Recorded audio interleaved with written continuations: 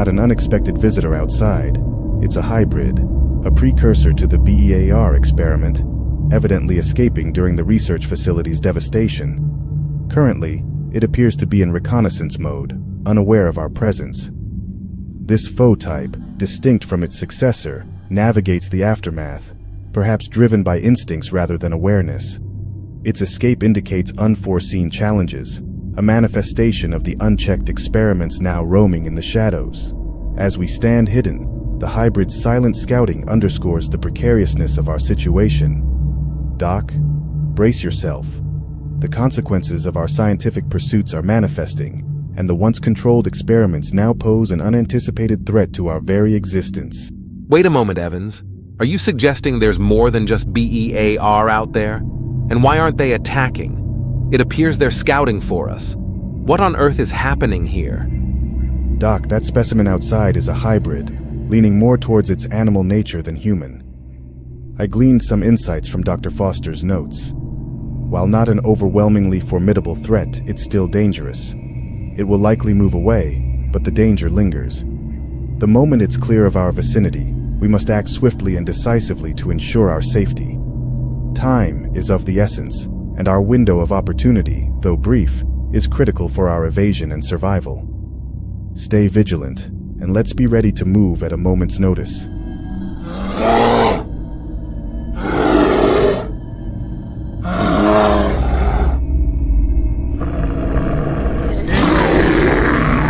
The apparent threat dissipated without incident, leaving us in nervous stillness.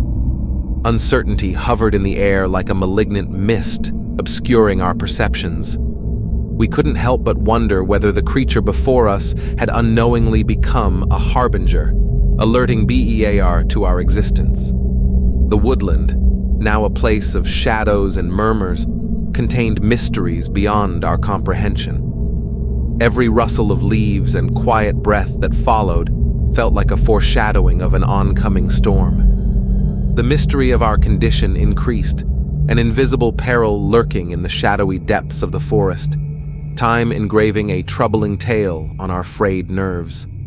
The tense atmosphere was broken by a unanimous agreement to return to the research site. Every stride towards that abandoned land appeared to be loaded with the dread weight of doubt. Super Soldier Evans and I stood in the barren halls of the institution, devising a strategy in the shadows of what once represented scientific advancement. The plan was simple. We would wait in the eerie silence until B.E.A.R. chose to revisit the remains of its genesis. A trap, meticulously constructed in the silent hours of expectation, offered the promise of solving the mystery that had given life to this hybrid nightmare. We crouched in watch as darkness fell over the ruins of the research center, the air thick with an uneasy quiet. The lack of B.E.A.R. created an unnerving vacuum in the night, heightening the suspense that clung to our strained senses. Shadows danced with the ghosts of failed research in the facility's ancient halls. Our watch began, and the night began to unfurl in a symphony of uncertainty.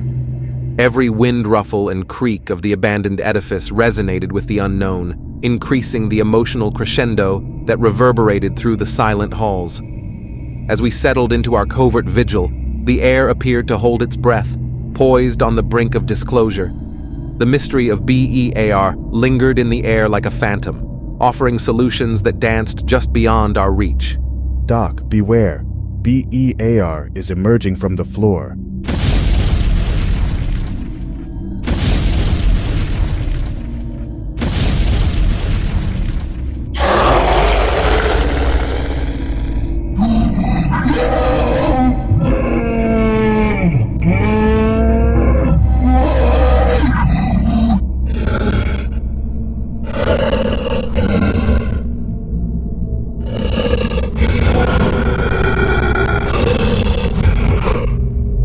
B.E.A.R. emerged ominously from beneath the floor, a monstrous embodiment of our scientific transgressions.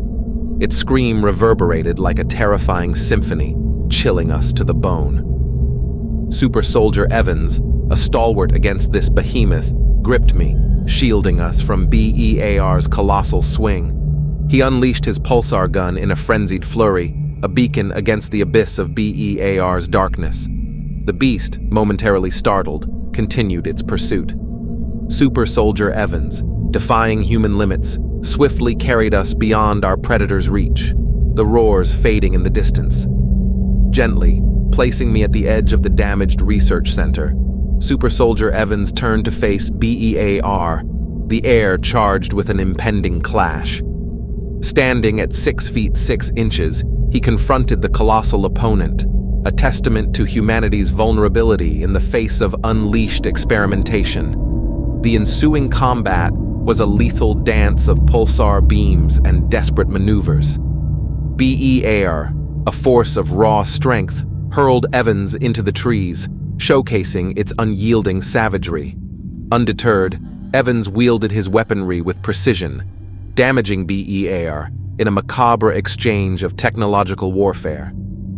A tense quiet settled, a brief standstill. B.E.A.R. silently closed in on me, its ominous presence casting a shadow over my vulnerability.